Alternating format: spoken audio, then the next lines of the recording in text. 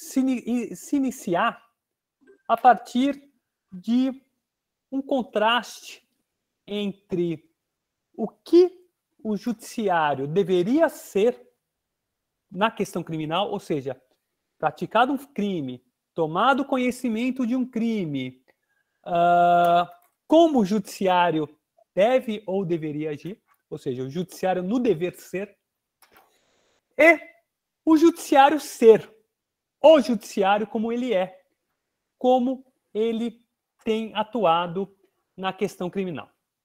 Feito esse contraste, né, do mundo do dever ser com o mundo do ser, por assim dizer, aí eu vou tecer algumas considerações sobre como podemos melhorar o judiciário a partir de alguns problemas que eu vou apontar. Mas antes de fazer esse contraste entre o mundo do ser e o dever ser, ou seja, o que o judiciário deveria ser no âmbito criminal e o que o judiciário é, de modo geral, no âmbito criminal, eu vou levar para vocês a questão das expectativas sociais em relação ao judiciário no crime. Porque isso vai ser fundamental para que a gente possa entender essa diferença entre o que é e o que deveria ser. O que a sociedade, ou que parte da sociedade, espera do judiciário quando alguém é acusado de um determinado crime. Então, eu vou tentar compartilhar um vídeo aqui, um comentário de 2 minutos, que pode dar início à nossa reflexão.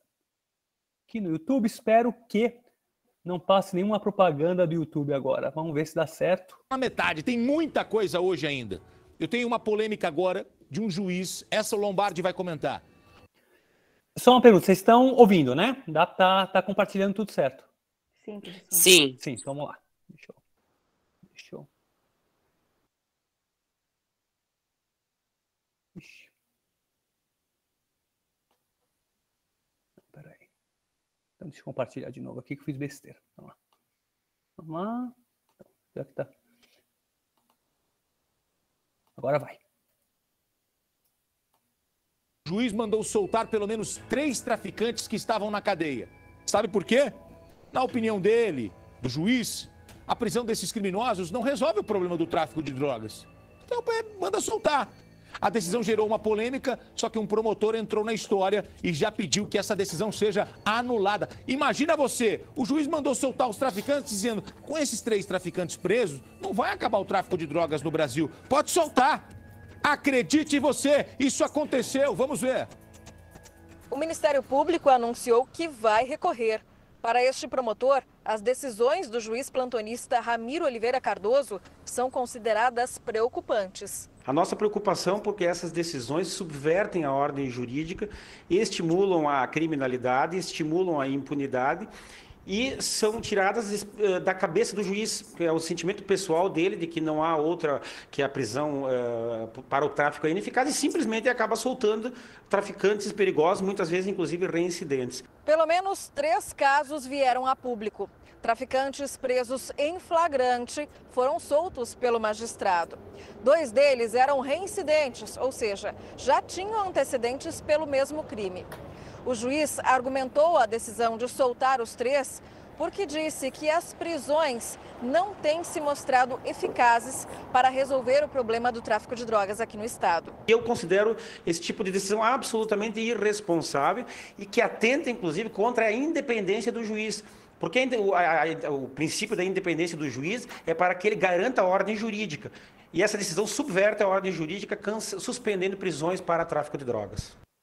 A nossa produção conversou por telefone com o juiz Ramiro Oliveira Cardoso. Ele afirmou que a decisão está tendo repercussão porque a maioria das pessoas vê o tráfico como um crime absurdo e organizado. Mas, segundo ele, a solução é atingir quem está na liderança do tráfico e não as pessoas que estão ali comercializando a droga. Ele ressaltou ainda que a decisão não descriminaliza o tráfico nem legaliza as drogas, apenas chama atenção para o fato de que o tipo de prisão vigente está sendo insignificante no combate ao tráfico. Você sabe que se adotar o que ele fez, 70% dos presidiários desse país, estão em liberdade, porque 70% dos presidiários estão envolvidos com tráfico de drogas. Olha, e a droga é uma cadeia. Ela tem os barões do tráfico, mas ela tem também, né, os intermediadores, aqueles que comercializam, aqueles que fazem o avião, que levam e trazem...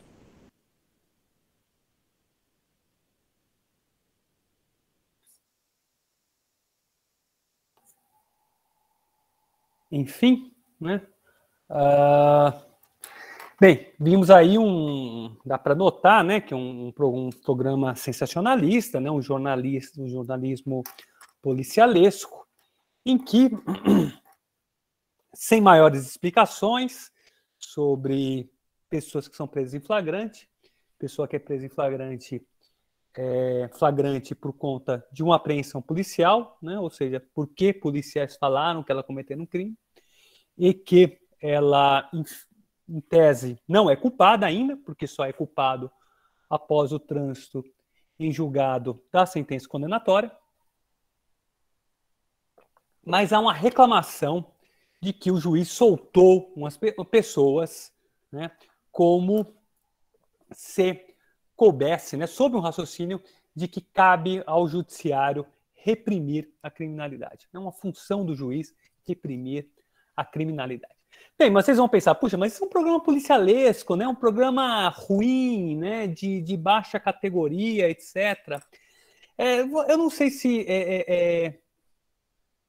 é possível aqui compartilhar, isso eu vou tentar, né?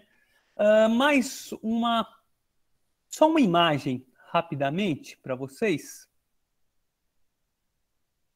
Essa imagem aqui, né? Só peço aí que vocês se fixem aí nessa imagem aí de uma revista semanal de informação, né?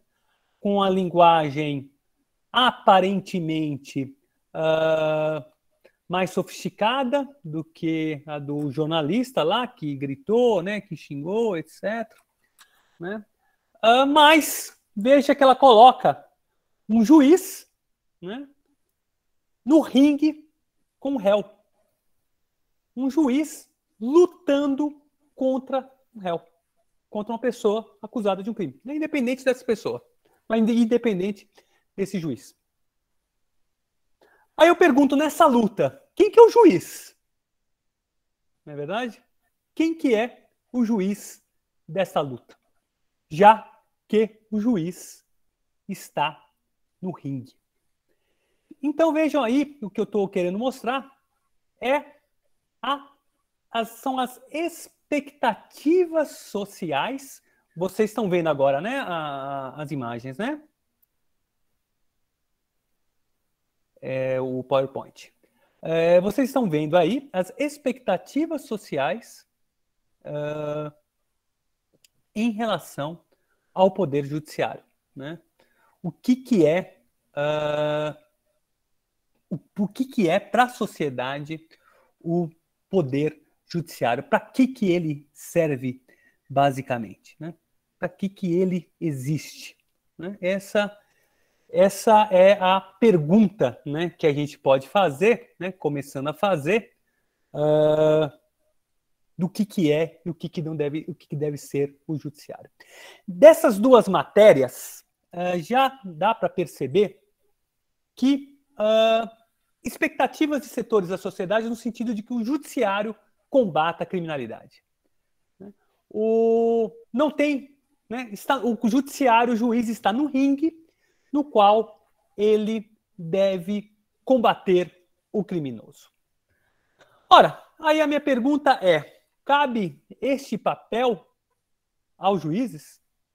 Porque essa é uma perspectiva, por assim dizer, hobbesiana, né, do Thomas Hobbes, né, do Estado, aquele que defendia um Estado absoluto, um Estado que deveria se limitar a dar segurança aos indivíduos, ainda que os direitos individuais das pessoas fosse colocado em segundo plano. É uma perspectiva, portanto, autoritária, né, absolutista de judiciário. O juiz representa o Estado. O Estado tem que dar apenas segurança. Logo, o juiz tem que dar segurança. Só que a gente não está no estado hobbesiano. Né? O estado hobbesiano é aquele em que o governante se encontrava acima da lei. Ele deveria apenas respeitar-se as chamadas leis naturais, mas as leis elaboradas aí pelo corpo de legisladores, ele estaria acima delas. Só que a gente está no Estado de Direito. E o que é o Estado de Direito? O Estado de Direito é aquele em que todo mundo, inclusive os governantes, estão igualmente submetidos à lei. Todo mundo é igual perante a lei. Essa é a grande característica do Estado de Direito. E essa lei deve garantir a liberdade das pessoas e os direitos das pessoas, né? Direitos sociais, direito a trabalhos dignos, direito à liberdade, direito a um devido processo legal, ou seja, direito a um julgamento justo. E o direito penal, que é o direito que vai definir o que é e o que não é crime. Né? Quando fala que homicídio é um crime, é porque está lá no Código Penal, artigo 121. Homicídio, matar alguém. O direito penal é uma conquista do Estado de Direito. Né? Tanto que o Estado, os governantes e todos os agentes do poder público, inclusive a polícia, inclusive os promotores, inclusive juízas e juízes, têm que se ater aos chamados princípios do direito penal. Princípios que estão na lei. Entre eles, estão, por exemplo, o princípio da legalidade, da reserva legal. Só é crime aquilo que a lei define. Como eu disse para vocês, uma pessoa só é presa por homicídio porque existe um artigo de lei que define o crime matar alguém e estipula uma pena para isso. Portanto, o direito penal a definição de crimes é uma conquista do Estado de Direito, porque ela vai limitar o Estado. O Estado só vai poder punir aquilo que é expressamente previsto como crime, expressamente pela lei. Aí eu vou citar para vocês uma frase de um jurista argentino, jurista e juiz argentino, que é o Eugênio Zaffaroni. Ele fala o seguinte, isso foi numa entrevista que ele deu alguns anos atrás num portal jurídico chamado Conjur, que é consultor jurídico. Uma entrevista muito famosa dele, uma entrevista em que ele fala de forma muito clara no âmbito aí daquela discussão lá da Lava Jato, para que serve o direito penal, para que não serve, etc. Ele diz o seguinte, a função do direito penal, hoje e sempre, é conter o poder punitivo. O poder punitivo não é seletivo do poder jurídico, e sim um fato político exercido pelas agências do poder punitivo, especialmente a polícia. Não estou falando da Polícia Federal ou que está na rua, e sim todas as agências policiais, campanhas de inteligência, arquivos secretos, polícia financeira, enfim, agências executivas. Essas agências têm uma contenção jurídica, que é o direito penal. Veja, portanto, como eu disse, o direito penal vai conter o Estado e vai dizer para o Estado, você só pode punir o que eu disser que você pode punir. Ora, voltamos então ao nosso poder judiciário. Qual é o papel do poder judiciário no Estado de Direito? O Estado de Direito, aquele que está na lei, ele tem um dos princípios que é a separação de poderes. Executivo, legislativo e judiciário. O judiciário é um dos poderes do Estado. É o poder do Estado que tem que apreciar conflitos. Conflitos entre pessoas, conflitos entre empresas, conflitos entre organizações, conflitos, inclusive, envolvendo o Estado. E apreciar conforme a lei, conforme a Constituição, conforme o ordenamento jurídico em vigor. E dentro dos inúmeros conflitos existentes em sociedade, existe o conflito do poder punitivo do Estado, via polícia, versus a liberdade do acusado. É um conflito. cabendo, então, ao juiz verificar, naquele conflito, quem tem razão. E quem tem razão, né, não é o que dá na cabeça, é o que a lei penal determina.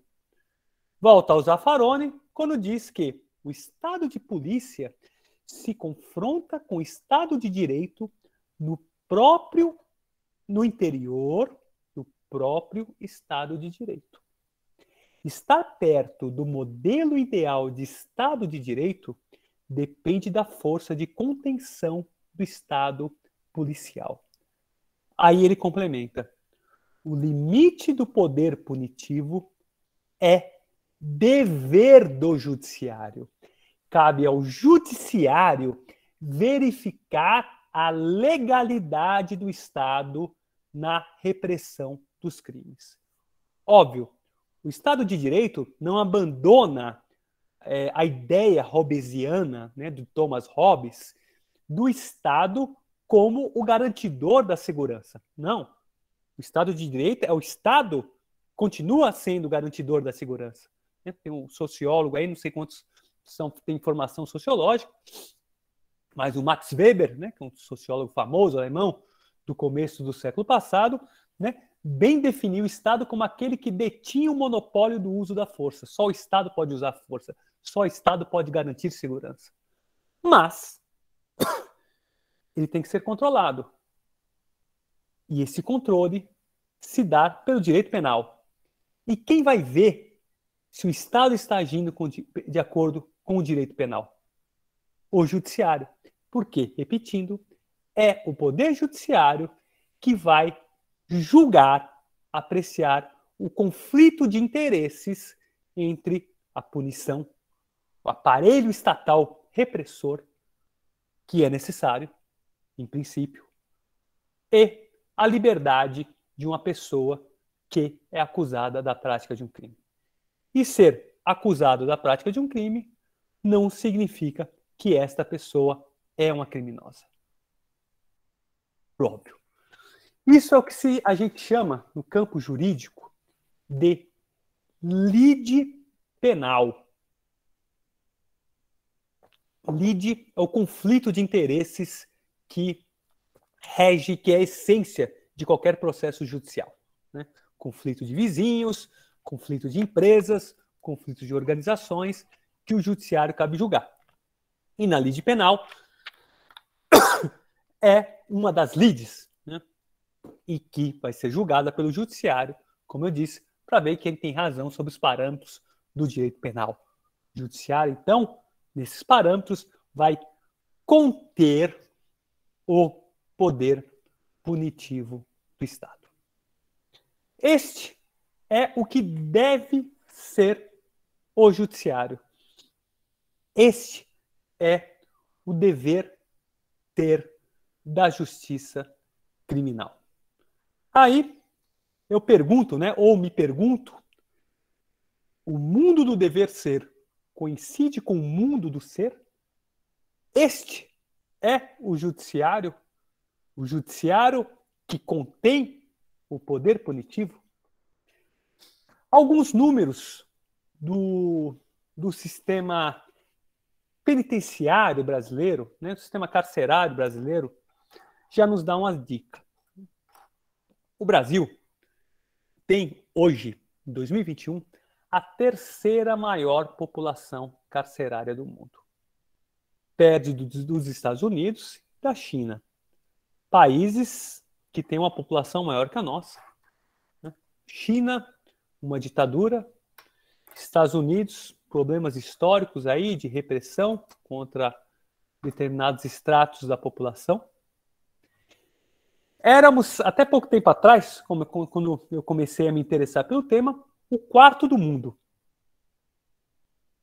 Mas fazem uns 4 anos, 5 anos, eu não sei ao certo, que ultrapassamos a Rússia e entramos no pódio, né? Somos aí, né, no clima ainda de Olimpíadas, tragicamente a medalha de bronze. E o mais trágico, somos a população carcerária que mais cresce em todo o mundo.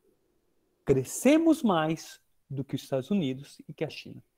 De modo que, se continuarmos com essa curva ascendente, Estados Unidos e China continuarem como estão, o Brasil, em breve, terá a maior população carcerária de todo o planeta. Ora, mas o que você pode perguntar? Mas o que o judiciário tem a ver com isso? Não é quem prende, não é a polícia? Não. Qualquer prisão, até mesmo a prisão em flagrante, vai para um juiz. Existem, assim, basicamente duas espécies de prisões, né? A prisão depois que a pessoa é condenada definitivamente, sem nenhum de recurso, que condenada por um juiz. Ou quando quando a prisão se dá antes da condenação. Pode ser por uma prisão preventiva, por exemplo, a pessoa está ameaçando uma testemunha e um juiz manda prender. Ou a prisão em flagrante, né? Que a pessoa está cometendo um crime, né? Um assaltante está assaltando a pessoa e a polícia pega ele assaltando e leva para um juiz verificar a legalidade do flagrante. Leva para um juiz conter o direito penal. Veja, portanto, se temos a terceira maior população carcerária do mundo, é que devemos isto a muitos entes do Estado, dentre eles o Poder Judiciário. Há mais dados aí, né, que mostram aí alguns recortes trágicos do nosso sistema carcerário como um todo. 60% do total dos encarcerados brasileiros são negros. Ainda considerando aquela curva, né, do Brasil, que população mais cresce, né, população carcerária que mais cresce no mundo, temos que considerar que nos últimos 15 anos, né, uma década e meia, a população carcerária negra ampliou-se em 14%. Nesse mesmo período, dos últimos 15 anos, temos uma redução de 19% da população branca que se encontra presa. Então, veja então que a curva do encarceramento brasileiro, que, como eu disse, é ascendente, não é para todos os estratos raciais do país. Na verdade, a curva ascendente é apenas para a população negra. A população que hoje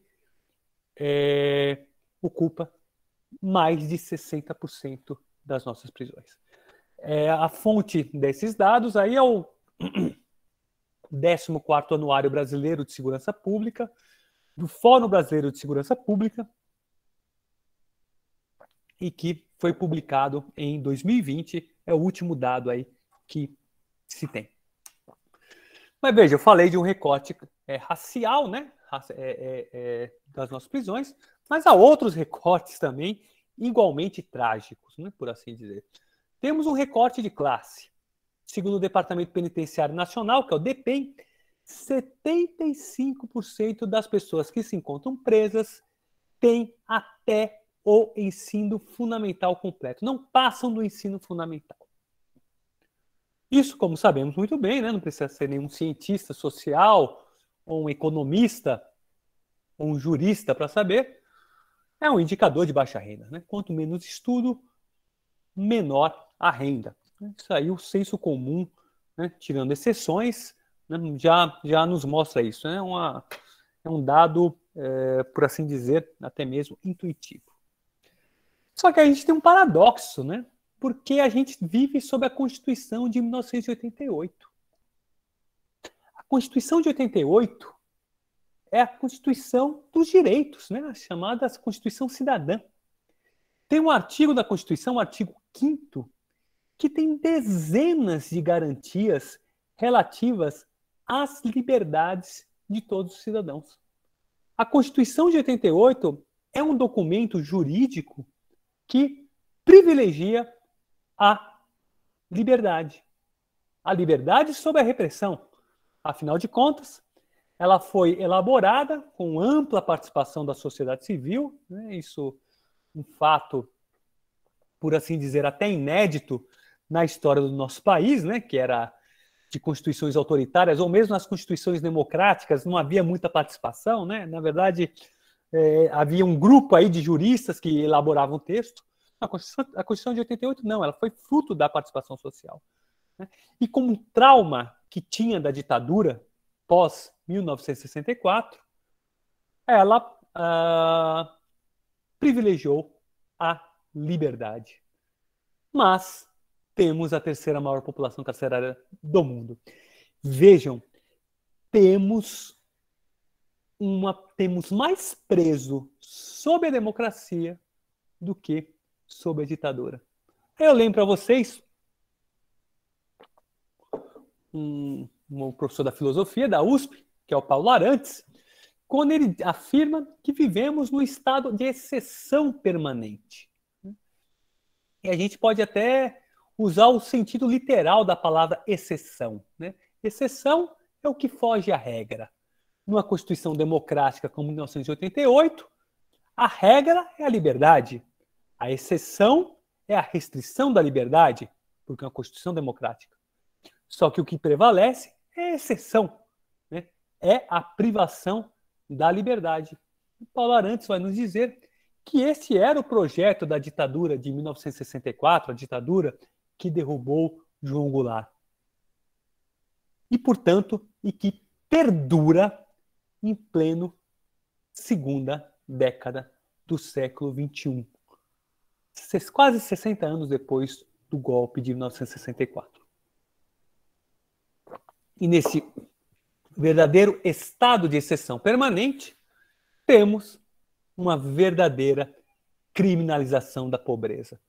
Quem está preso, basicamente, é quem está na base da pirâmide do país, social do país, em termos financeiros e em termos raciais.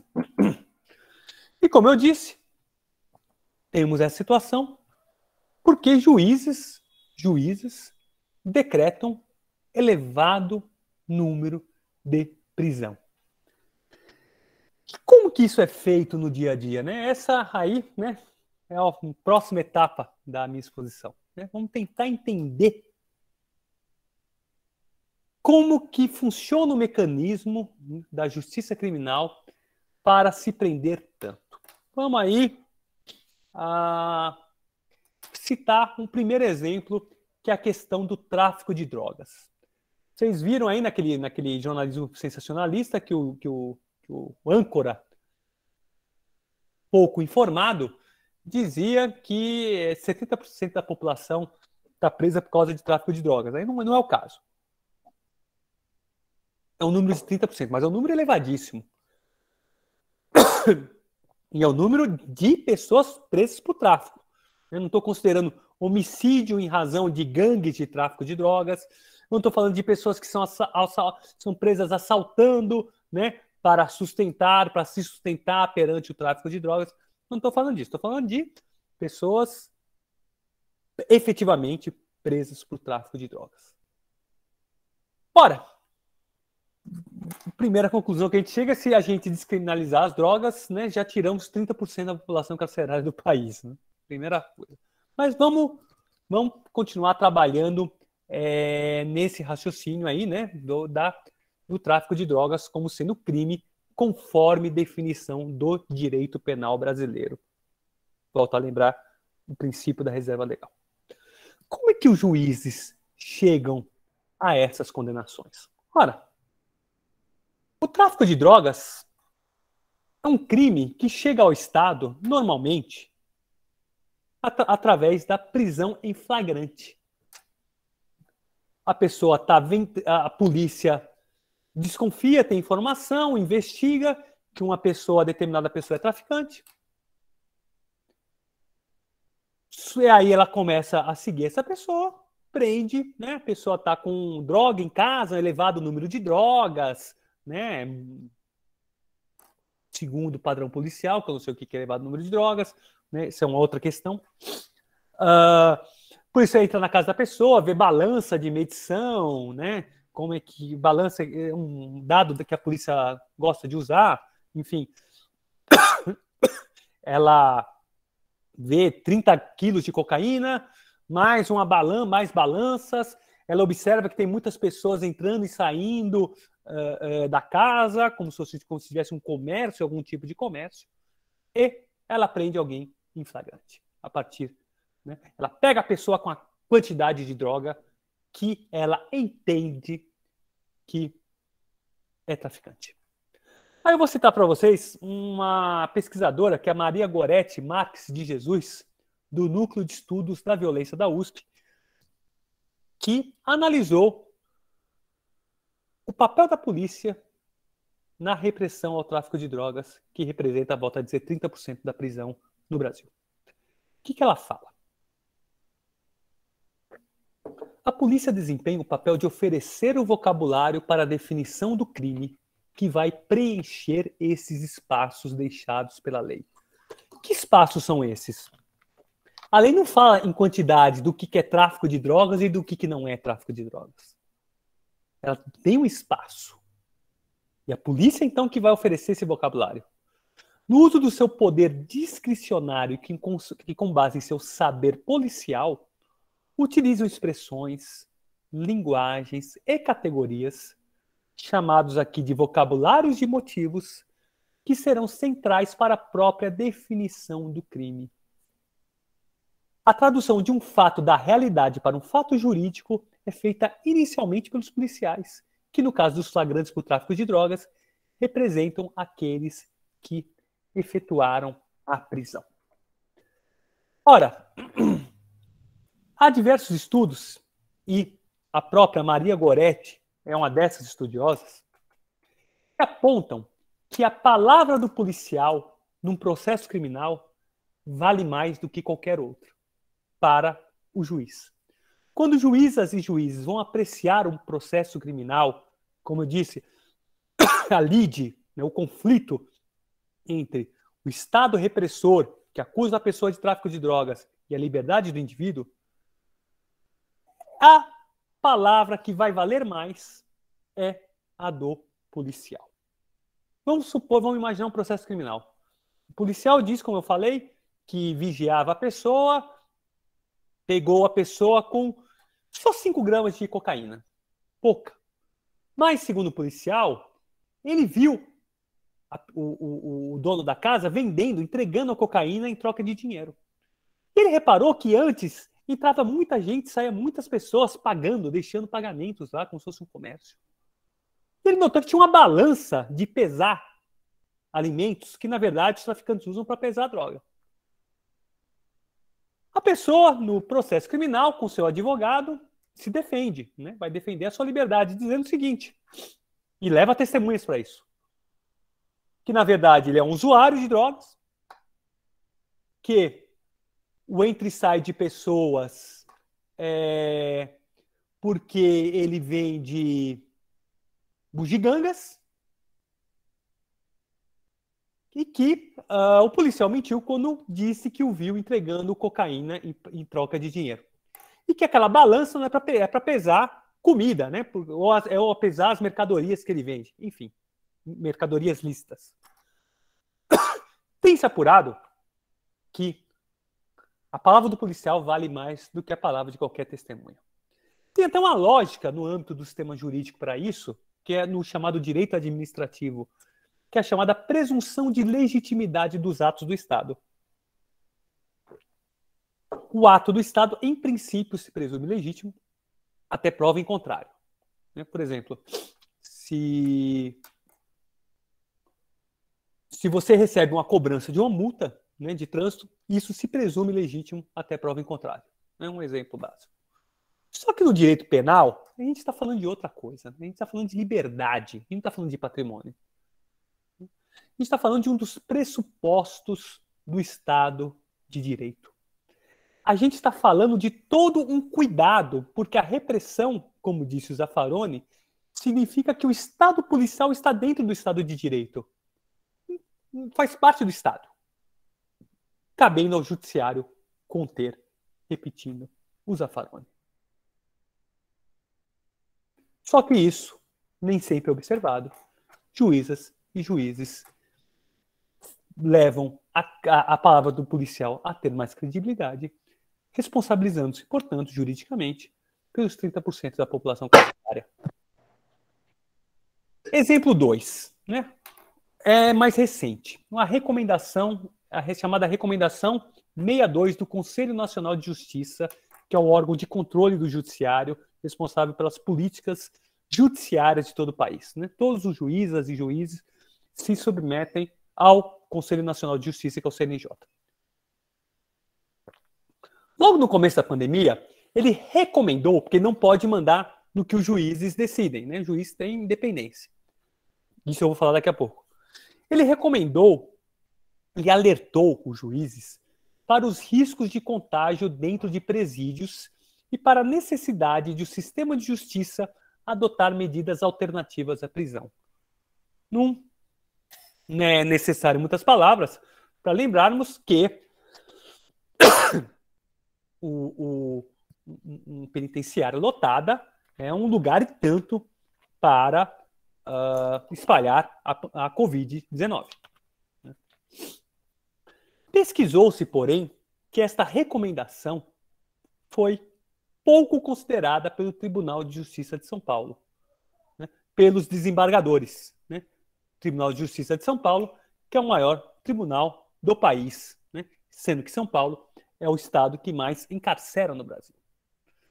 Vou citar para vocês um trecho de uma pesquisa realizada pelas pesquisadoras Natália Pires de Vasconcelos, Maíra Machado e Henrique Wang. Eles são da Fundação Getúlio Vargas e do INSPER. Eles olharam os habeas corpus impetrados por advogados e pelos presos, né, dizendo que eles estavam numa situação de risco e que teriam que sair da cadeia para não pegar a Covid-19. Mas eles não estavam pedindo para ficar livres, né? Eles estavam pedindo para, por exemplo, cumprir prisão domiciliar, enfim, né? Outras medidas alternativas ao encarceramento propriamente dito. E que as pesquisadoras olharam os habeas corpus e verificaram o seguinte, que os juízes, né, melhor dizendo, os desembargadores do Tribunal de Justiça de São Paulo, que são juízes de segunda instância, que julgam os recursos contra as decisões do juiz de primeira instância, impunham uma série de requisitos para que a pessoa fosse solta, que ela dificilmente seria solta. Então, o que elas falam? A atribuição do ônus probatório à defesa, ou seja, a pessoa tem que provar que ela pode pegar Covid. Em resumo, era isso. Aparece aliada a diversos argumentos denegatórios, ou seja, para negar a liberdade. Combinado com a ausência do risco concreto, ou seja, não há prova de que a pessoa corre o risco de pegar Covid na cadeia, né? Esse era o principal fundamento das decisões. Várias decisões exigem que impetrantes, ou seja, a pessoa que entra com habeas corpus, produzam provas sobre elementos fáticos relacionadas à própria unidade prisional, prova de que há contaminação da unidade, aí são os casos que elas citam, prova de que a unidade não tomou as medidas preventivas, prova de que não há equipe médica ou que será impossível o tratamento. O simples fato de exigir da defesa a produção de provas sobre a unidade já é digno de nota e revelador do modo de como o tribunal, nessas decisões, observa o jogo de forças em HCs, ou seja, em habeas corpus. E ignora a estreita margem de atuação da advocacia pública e privada, bem como do nível de blindagem do sistema prisional. Uma prática decisória ainda mais grave diante das exigências das provas negativas mencionadas nos dois últimos itens citados. Enfim. Ou seja, o advogado não pode nem entrar na prisão. Né? Como que ele vai provar tudo isso? E há necessidade de provar que há contaminação na unidade penitenciária que é lotada de pessoas? Essa é a pergunta que as pesquisadoras fazem. Um segundo exemplo que eu cito. São dois exemplos que mostram muito bem, né, o quanto o judiciário, na interpretação do direito penal, faz uma leitura em favor da repressão. Faz uma leitura, muitas vezes, que privilegia a prisão sobre a liberdade. Aí, a nossa perguntinha, né? Por quê? O que está acontecendo? Ora, vocês podem perguntar, não, mas vai ver que mandam que os juízes prendam, né? a prisão aí, os governadores dos estados prometem nas campanhas eleitorais reprimir mais, né? Porque dá voto, né? Vão prender bandido, né? Repetindo, no final das contas, o programa policialesco. Então, eles mandam no juiz? Não, eles não mandam no juiz. O juiz tem independência funcional. Juiz é juiz, não pode, em princípio, ser punido pelas suas decisões, desde que elas, evidentemente, sejam justificadas conforme a lei. Portanto, eles podem decidir em desconformidade a interesses hegemônicos. Essa independência funcional está no artigo 95 da Constituição, né? Tem juízes são invitalícios, só podem perder o emprego por decisão do trânsito em julgado, né? Por decisão condenatória, transitada em julgado, de modo que eles não podem ser demitidos porque soltou alguém. São inamovíveis, não podem ser transferidos, né? Vou te transferir de castigo, né? Não pode. E tem seus salários irredutíveis. Isso é independência funcional. Mas, apesar disso, no final das contas, os interesses hegemônicos muitas vezes prevalecem. Os interesses da repressão sobre a liberdade, tornando o dever ser afastado do ser judiciário. Daí a necessidade de sempre olharmos também, para além das estruturas do judiciário como um todo, cada juiz e juíza. Quem são os nossos juízes? Quem são as nossas juízas? E já nos anos 80, da década de 1980, Boaventura de Souza Santos, num texto clássico chamado algo como Por uma Sociologia da Administração da Justiça, fácil de achar no Google,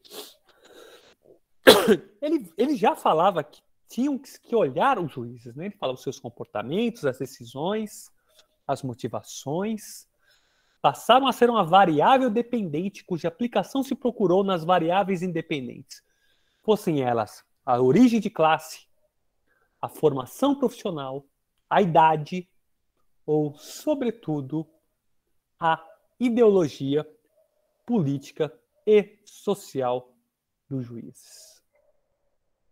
Ora, aí, nesse aspecto, não podemos esquecer do óbvio, mas que muitas vezes somos levados a desconsiderar. Juízas e juízes são da sociedade brasileira, né? Não vieram do nada, né? Não saíram do nada. Saíram da sociedade. Mas, essa sociedade, de modo geral, não se comove contra práticas autoritárias. Vez ou outra, vemos imagens de policiais batendo em pessoas, normalmente negras, sem que gere maior comoção. Vez ou outra, vemos policiais atingindo cidadãos normais, ou até covardemente alguém acusado da prática de um crime, sem que isso cause comoção. Na verdade, são tratados como incidentes isolados, né? Nossa, aconteceu um acidente, né? Não um incidente, um acidente. Quando sabemos muitas vezes que é uma prática constante a violência. E há um consenso quase favorável a tais práticas. Né? Saiu já a pesquisa da Datafolha, em que boa parte da população do Brasil acha que bandido bom é bandido morto. Concorda com essa frase? Um bom número de brasileiras e brasileiros, também já em pesquisa da Datafolha, considera que os direitos humanos privilegiam a impunidade. Ora, temos aí um típico caso aí que leva ao conceito de hegemonia do autor italiano Antonio Gramsci. Que é o consenso, o trabalho de consenso. Por que existe esse consenso autoritário no Brasil? Né? O que leva, né, a esta hegemonia, a este consenso? E, sendo juízes e juízes sendo da sociedade brasileira, esses juízes e juízas também serão produtos desses consensos hegemônicos. De onde vêm os consensos hegemônicos? Né? De onde surgem? Ora, da família. Né? Quem que é a família das juízas e dos juízes brasileiros? Igreja, será que essas juízas, esses juízes frequentam igrejas? Que igrejas são essas? As escolas. Como as escolas brasileiras trabalham com o autoritarismo? Como o ensino brasileiro trabalha com os direitos humanos? Meios de comunicação de massa. Né? Juíza, lê jornal, assiste TV. Pode até escondido assistir aquele programa policialesco. Mas não tem vergonha nenhum vai ter vergonha, vai se constranger, né, melhor dizendo, nenhum vai se constranger de ler uma revista supostamente mais sofisticada que coloca um juiz no ringue com um acusado da prática de um crime.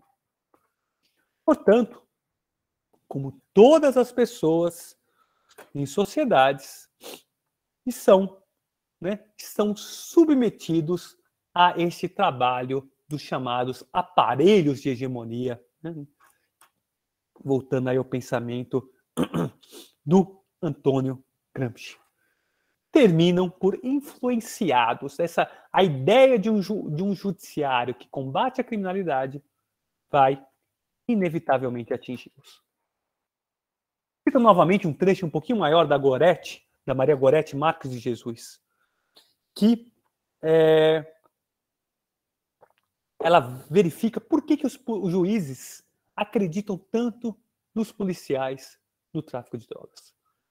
Percebeu-se que um repertório de crenças oferecia o suporte de veracidade às narrativas policiais. Crença na função policial, em que os operadores do direito acreditam no agente policial por ele representar uma instituição do Estado. Crença no saber policial, em que se acredita que os agentes apresentam suas técnicas, habilidades e estratégias para reconhecerem usuários e traficantes. O policial é que vai dizer quem é usuário e traficante. 5 gramas de cocaína podia ser usuário, mas os policiais colocaram lá traficante. E para efetuarem as prisões em flagrante. Crença na conduta do policial, em que se acredita que policiais atuam de acordo com a legalidade, sem uso da violência ou abusos. Crenças de que o acusado vai mentir, em que se acredita que o réu tem o direito de mentir para se defenderem, portanto mereceriam menos crédito. Crença de que existe uma relação entre criminalidade e perfil dos acusados, sendo a sujeição criminal um ponto central dessa crença. Crença de que os juízes têm um papel de defender a sociedade e de que a prisão representa um meio de dar visibilidade a isto. Essa crença é apresentada por promotores e juízes, né? No meu caso aqui é mais promotor, mas juiz, em seus argumentos e justificativas como necessária para o próprio funcionamento do sistema de justiça criminal. O que fazer diante disso? Né? Em que, né, a crença do judiciário como combatente da criminalidade, né, como alguém que está no ringue para bater no criminoso, né, derrubar o criminoso num jogo de boxe, atinge juízas e juízes. Né? Tenho defendido aí que é preciso democratizar o judiciário, não poder ainda fechar a sociedade. Um poder ditatorialmente estruturado, né? Para vocês terem uma ideia, a Lei Orgânica da Magistratura Nacional, que é a LOMAN, que organiza a carreira do judiciário, ela é uma lei da ditadura, né? Foi feita em 1979, até hoje está em vigor. Uma lei que promove uma verticalização da carreira, veda a participação política dos juízes dentro do próprio judiciário, né? Por exemplo, eu não posso votar para presidente do meu tribunal. E eleições, nós sabemos muito bem que ela fomenta o debate, né? Fomenta novas ideias. Né? Judiciário que tem uma participação social insuficiente, né? A sociedade mal pode entrar nele. Também é preciso democratizar racialmente o judiciário. 80% dos juízes do Brasil não se declaram índios, pretos ou pardos, né? O preto e pardo a formar a chamada população negra. Portanto, 80% dos juízes não têm como experiência de vida, olha a família como mediador, né, do consenso, não tem como experiência de vida o medo, né, de sofrer um racismo, né, ainda que involuntário, por parte de um policial. Né? Quem sabe que o racismo, né, por ser estrutural, ele muitas vezes é involuntário, não é uma questão meramente moral. Né? O policial, sem querer, acha que ele é um criminoso por ser negro. 80% dos juízes e juízes do Brasil não têm essa experiência de vida. Mas vamos lembrar que representatividade também não basta, né? É possível aí que tenhamos novos opressores. Né? É preciso, como já diz Boaventura Santos, uma magistratura esclarecida. Né? Ele diz no texto que eu falei que precisamos correr o risco de ter uma magistratura esclarecida. Ou seja, uma esclarecida no sentido de ter uma formação crítica, uma formação que privilegie os direitos humanos. Eu sempre lembro dos meus tempos de faculdade de Direito. Eu tive mais direito, eu tive 5 anos de direito civil. Né? Direito civil é o direito que regula a propriedade. Né? Ou seja, o direito, né, do sistema econômico. E praticamente não tive nada de direitos humanos.